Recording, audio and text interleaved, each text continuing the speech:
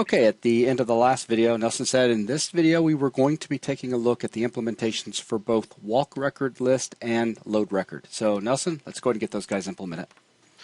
Alrighty, so we're first going to write, if I can talk. WalkRecordList. Yeah, say that 10 times. I said it once for you. Alright, well, we'll just take that and store it in a variable and reuse it whenever we need it again. Okay. So WalkRecordList is going to be pretty straightforward. It's just going to be first index. Actually, I don't like that name. It should just be index because we're going to be actually mutating this during the method. While index does not equal -1, we're going to want to... Actually, why am I locking inside the while loop? It's kind of dumb. We're going to first want to lock the file stream. And then while index is not -1, we're going to want to say reader base stream seek to index, and then seek origin begin. Then we're going to want to load in the record header. And that's just going to take in our reader and then the record position, which is just going to be index for header. And then we will say if on next record header reader return, otherwise index equals header next record. So does this need too much explaining?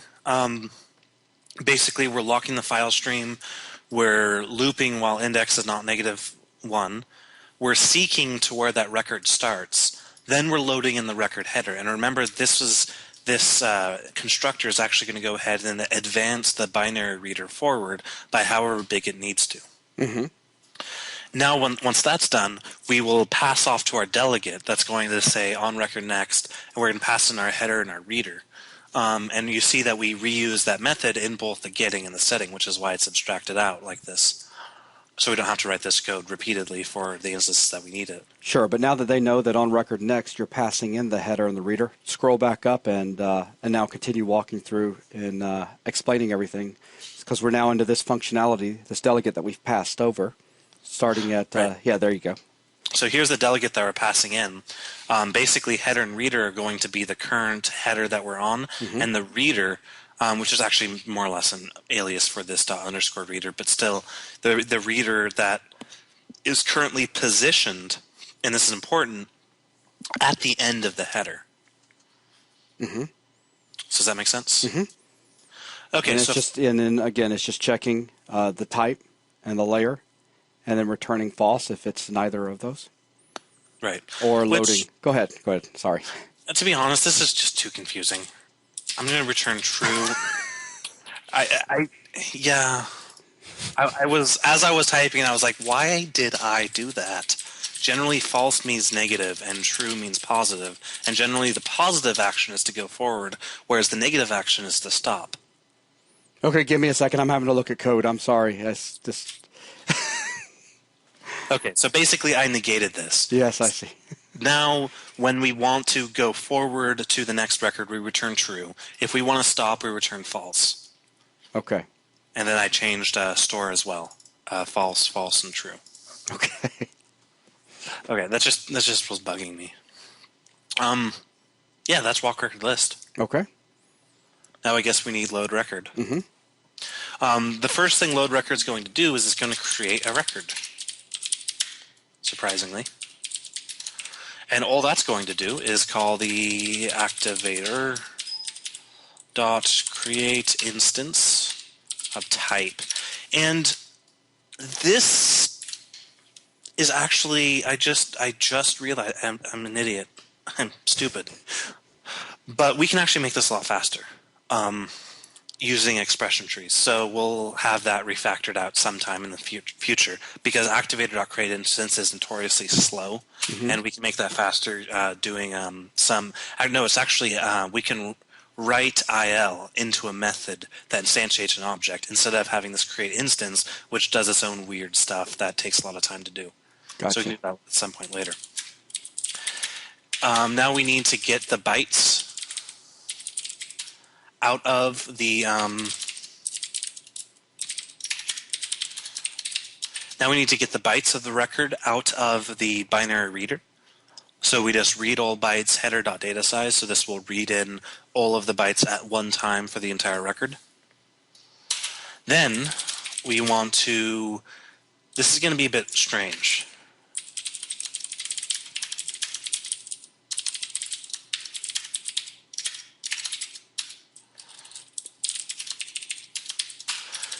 What I'm doing here is I wanted to read in as many bytes as I possibly could to reduce the amount of I/O operations we have to perform, right? Okay.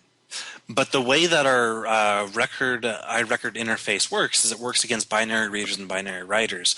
I chose that because I think it makes the most sense as far as how the API should work. Okay. So instead what I'm doing is I'm reading in all of the bytes off the hard drive as much as I can, so the entire record data into this bytes object, this bytes array, and then I'm creating a new memory stream, which is just wrapping the bytes array, and then wrapping another binary reader across that, so then I could pass it into record.load record reader. And of course it doesn't work because I also have to pass in a version, which is going to be header.version. Okay. So does that make sense?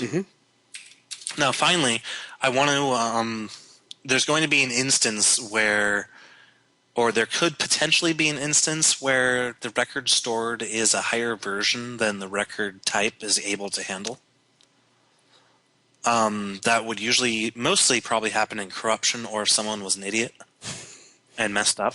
But either way, we can do a quick sanity check right here. We're going to do if header.version is greater than record.version, then throw a new invalid operation exception, and then say record blah blah blah version mismatch found blah expected smaller or equal to blah, and then turn this into a string.format, and then format the string.format so it doesn't look like death.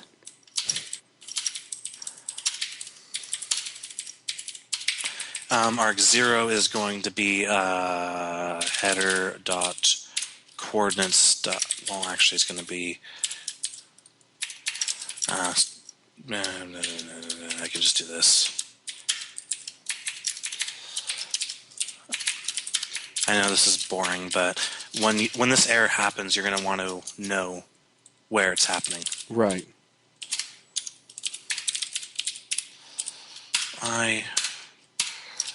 And arg1 is going to be header type assembly qualified name.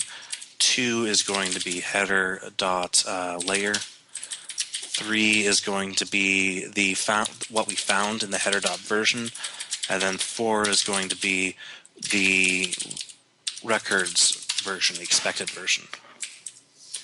Okay, so does that make good sense? Yep. And I'm missing a parenthesis.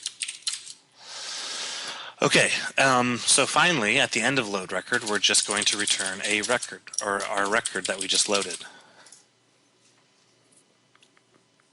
So there's our load record.